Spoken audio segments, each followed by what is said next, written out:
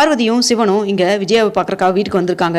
இதை பார்த்துட்டு வாங்க வாங்க வந்து உட்காருங்க வாங்க அப்படின்னு சொல்லிட்டு விஜயாவும் சொல்லிட்டு இருக்காங்க. அண்ணாமலையும் கேட்குறாங்க, என்ன பார்வதி ரொம்ப பிஸி ஆகிட்ட போல இருக்குது யூடியூப் சேனல் ஆரம்பிச்சதுலேருந்து அப்படின்னு சொல்லிட்டு இருக்காங்க. இல்லைங்கண்ணா அதெல்லாம் இல்லைங்கண்ணா, இப்போது ரொம்ப முக்கியமான ஒரு விஷயத்தை பற்றி பேசலான்னு தான் நாங்கள் வந்தேன் அப்படின்னு சொல்கிறாங்க. என்ன பார்வதி உனக்கு தான் பேசுகிற கூட நேரம் இருக்காது அப்படிங்கிற மாதிரி விஜயா சொல்கிறாங்க. இங்கே பாரு நீ எதுக்கு இப்படிலாம் பண்ண அப்படின்னு சொல்லிட்டு விஜயாவை திட்டுறாங்க. என்ன பண்ண நான் ஏன் வந்து வராத மாதிரி திட்டுறீங்க அப்படின்னு சொல்கிறாங்க.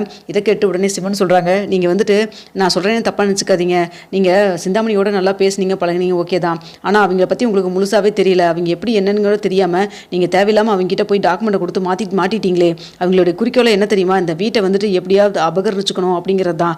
அதனால தான் உங்களுக்கு தேவை ஏற்படுற மாதிரி பண்ணி நீங்கள் வந்து 14 லட்ச ரூபாய் வந்துட்டு பேங்க்கில் இருக்கிற டாக்குமெண்ட்டை கொடுத்து எப்படியாவது வெளியில் எடுக்கணும் அப்படிங்கிறக்காக வந்துட்டு பணத்தாசையை காமிச்சு உங்களை வாங்கி இது பண்ண வச்சாங்க. நான் எதுக்கு இப்படிலாம் சொல்கிறீங்க, உங்களுக்கு எப்படி தெரியும் அப்படிங்கிற மாதிரி விஜயமும் கேட்குறாங்க. இதை பார்த்துட்டு இருக்கிற அண்ணாமலை அப்படிங்க தான் இவ்வளோ தூரம் தெரிஞ்சதுக்கப்புறம் தானே சிவன் அவர் சொல்கிறாரு, நாங்கள் சொன்னால் தான் யாரும் நம்ப மாட்டேன், அது குறிப்பாக முத்து சொன்னால் நீ கேட்கவே மாட்டேன், இப்போது சிவன் சொன்னதுக்கப்புறம் கூட உனக்கு வந்துட்டு இதில் இந்த பேச்சில் உனக்கு நம்பிக்கை இல்லையா அப்படின்னு சொல்லி கேட்டுட்டு இருக்காங்க. அப்படி இல்லைங்க அது வந்து அப்படின்னு சொல்கிறப்போ, சார் சொல்லுங்கள் உங்களுக்கு எப்படி தெரியும் அப்படின்னு சொல்லிட்டு உடனே வந்துட்டு அண்ணாமலை கேட்குறாரு. அப்போ முத்து சொல்கிறாங்க, எப்படிங்க அங்கிள் உங்களுக்கு தெரியும் அப்படின்னு சொல்லிட்டு, இல்லைப்பா என் பையன் இருக்கான்னு சொன்னால அவன் வெளிநாட்டில் தான் இருக்கான், அவனுக்கும் இந்த ஃபினான்சியர் இருக்கான்ல அவனுக்கும் வந்துட்டு நல்ல பழக்கம் வந்துட்டு ரொம்ப நாள் பழக்கம் எனக்கு ஒன்று நல்லாவே தெரியும், ஃப்ரெண்டு என் பையனுடைய ஃப்ரெண்டு அப்படிங்கிறனால அடிக்கடி நான் வீட்டுக்கு போகவும் வரவும் இருப்பேன். அப்படி தான் எதாச்சும் நான் வந்துட்டு நேற்று போகிறப்போ சிந்தாமணி அங்கே உட்காந்து பேசிகிட்டு இருந்தாங்க, நான் அவனை பார்க்கலான்னு சொல்லிட்டு வெளியில் உட்காந்துருந்தேன், அப்போ தான் அவங்க பேசுகிறதெல்லாம் எனக்கு காதில் விழுந்துச்சு, நானே வாலண்டியராக போய் வந்துட்டு என்ன பேசுகிறாங்கன்னு கேட்கணுன்ட்டுலாம் போகலப்பா, ஆனால் அவங்க பேசுறது காதில் விழுந்துருச்சு, அதுக்கப்புறம் வந்துட்டு உங்கள்கிட்ட சொல்லாமல் இருந்தால் நல்லா இருக்காது, நம்ம பழகிட்டமே சொல்லியே ஆகணும் அப்படிங்கிறக்காக தான் வந்து பார்வதிகிட்ட வந்து சொன்னதுக்கப்புறம் தான் நேரம் இங்கே கூட்டிகிட்டு வந்துட்டாங்க அப்படின்னு சொல்கிறாங்க. என்னங்க அங்கிள் சொன்னாருங்கிறீங்களே, என்ன சொன்னாங்கன்னா பரவாயில்லையே அப்படின்னு சொல்கிறாங்க. வேறு ஒன்றும் இல்லைப்பா, அவங்க வந்துட்டு அவங்களுடைய திட்டமே வந்துட்டு எப்படியாவது பணத்தை கொடுக்க சொல்லி ப்ரெஷர் கொடுத்தா கண்டிப்பாக பணம் கொடுக்க முடியாமல் வீடு ஏலத்துக்கு வரும், கடைசியில் வந்து சிந்தாமணி பணம் கொடுத்து அந்த வீட்டை வாங்குற மாதிரி தான் அவங்களுடைய பிளான், ஒவ்வொரு பக்கம் வந்துட்டு அது மாதிரி தான் அவங்க வந்துட்டு பணத்தை வந்துட்டு இல்லாதவங்ககிட்ட கொடுக்குற மாதிரி கொடுத்து கடைசியில் அந்த அவங்களுடைய சொத்தையே அபகரிச்சுப்பாங்க.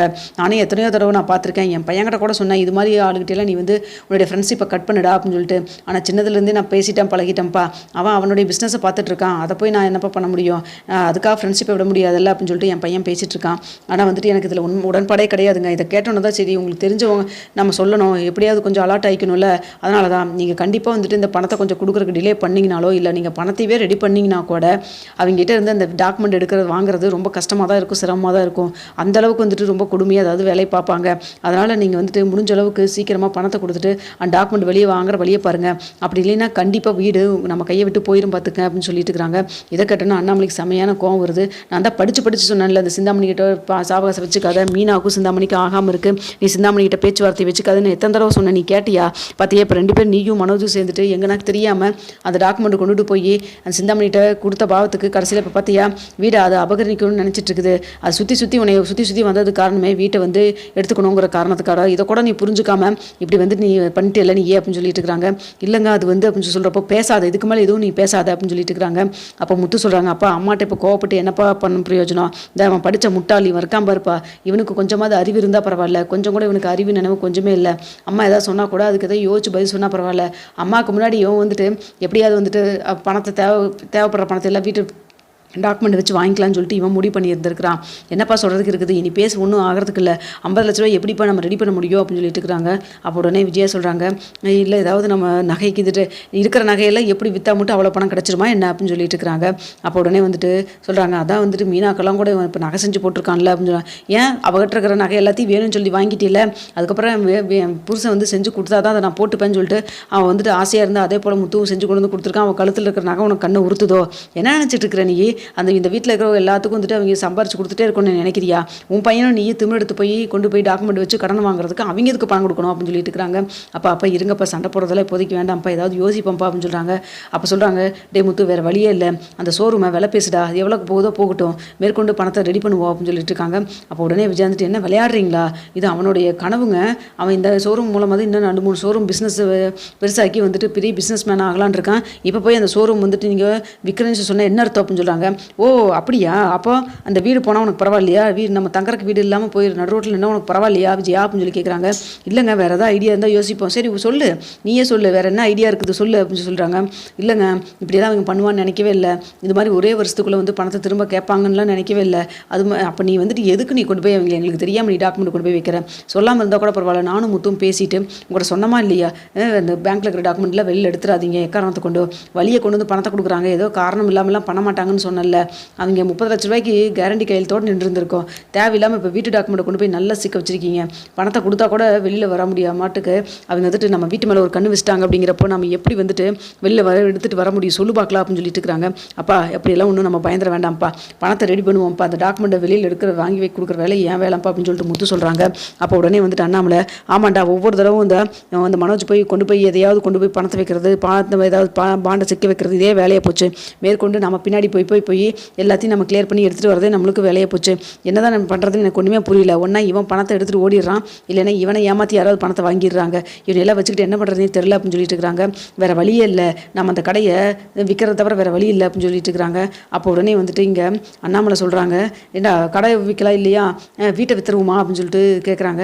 அப்போ எந்த வீட்டைப்பா சொல்கிறீங்க, அதான் அந்த வாடகை கொடுத்துருக்கால அந்த வீட்டை தான், ஏங்க அது எங்கள் அப்பா கொடுத்த சொத்து, இதில் நம்ம இருக்கோம், அது நாளைக்கு நம்ம ஃபியூச்சருக்கு எதுக்காச்சுன்னா நமக்கு தேவைப்படும், நம்ம செலவுக்கு வேண்டாமா அப்படின்னு சொல்கிறாங்க. இதெல்லாம் நல்லா வந்து வெக்கனையாக பேசு, வீட்டு டாக்குமெண்ட் கொண்டு போய் வைக்கிறத வச்சுட்டு நீ இப்படி பேசுறியா நீ அப்படின்னு சொல்கிறாங்க. அப்போ வந்துட்டு வீட்டெல்லாம் ஒன்றும் விற்க வேண்டாம், ஒன்றும் வேண்டாம், நம்ம கடையவே விற்றுருவோம், வீடு இப்போ இன்றைக்கி விற்றுறோன்னு வச்சுக்கோ, நாளைக்கு இதே மாதிரி நம்ம வந்து இந்த வீட்டை வாங்க முடியுமா சொல்லு பார்க்கலாம் அப்படின்னு சொல்லிட்டு இருக்கிறாங்க. அப்போ வந்துட்டு முடியாதுல்ல, அப்படி இருக்கிறப்போ நம்ம கடையை விற்கிறது தான் கரெக்டாக இருக்கும் அப்படின்னு சொல்லி பேசிட்டு இருக்கிறாங்க. நான் கடை விற்கிறக்கெல்லாம் நான் விட மாட்டேன் அப்படின்னு சொல்லிட்டு மனோஜ் சொல்கிறாங்க.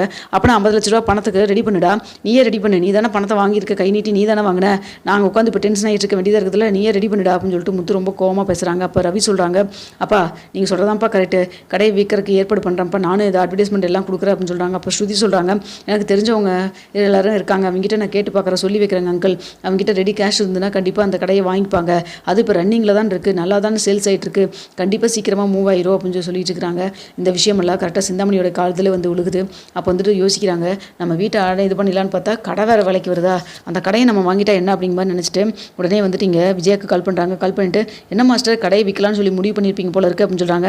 நீங்கள் எதுக்குங்க சிந்தாமணி இப்போ எனக்கு கால் பண்ணிக்கிறீங்க, நல்லவங்க மாதிரி எனக்கு ஐடியாவெல்லாம் கொடுத்துட்டு கடைசியில் உடனே பணம் வேணும்னு சொல்லிட்டு அவர் கேட்குறாங்கிறக்கா வந்து இப்போ நின்றுருக்கீங்களா நீங்கள் அப்படின்னு சொல்லிட்டு இருக்கிறாங்க.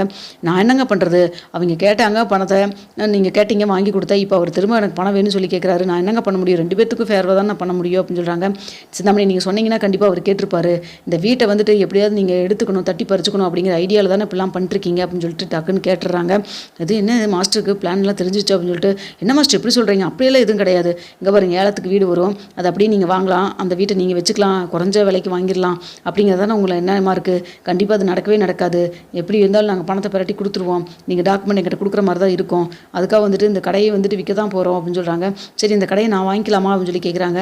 இல்லைங்க அது எவ்வளோக்கு விற்கிறாங்க என்ன இதெல்லாம் தெரியாது, என்ன பண்ண போகிறாங்கன்னு தெரியல, நான் பார்த்துட்டு சொல்கிறேன் அப்படின்னு சொல்லிட்டு ஃபோனை டக்குன்னு வச்சிடறாங்க. ஏன்னா மாஸ்டரோட பேச்சே சரியில்லை, ஒரு வேளை நம்ம பிளான் எல்லாம் எப்படியே தெரிஞ்சிருக்குமோ அப்படின்னு மாதிரி நினைக்கவும் செய்கிறாங்க. அடுத்த நாள் வந்துட்டு முத்துவுக்கு 2-3 பேர் கால் பண்ணுறாங்க. இது மாதிரி வந்துட்டு கடை விற்கிறீங்களா, நாங்கள் வந்து வாங்கிக்கிறோம், ரேட் பேச வரலாமா அப்படின்னு சொல்லி கேட்டிருக்காங்க. அதில் சிந்தாமணி ஆளும் ஒருத்தராக இருக்கிறாங்க. எது தெரியாமல் சிந்தாமணி ஆளோடு தான் வந்து முத்து பேசிகிட்டு இருக்கிறாங்க. இந்த விலைக்கு கொடுத்தீங்கன்னா பரவாயில்ல அப்படின்னு சொல்லிட்டு கேட்டுட்ருக்குறாங்க.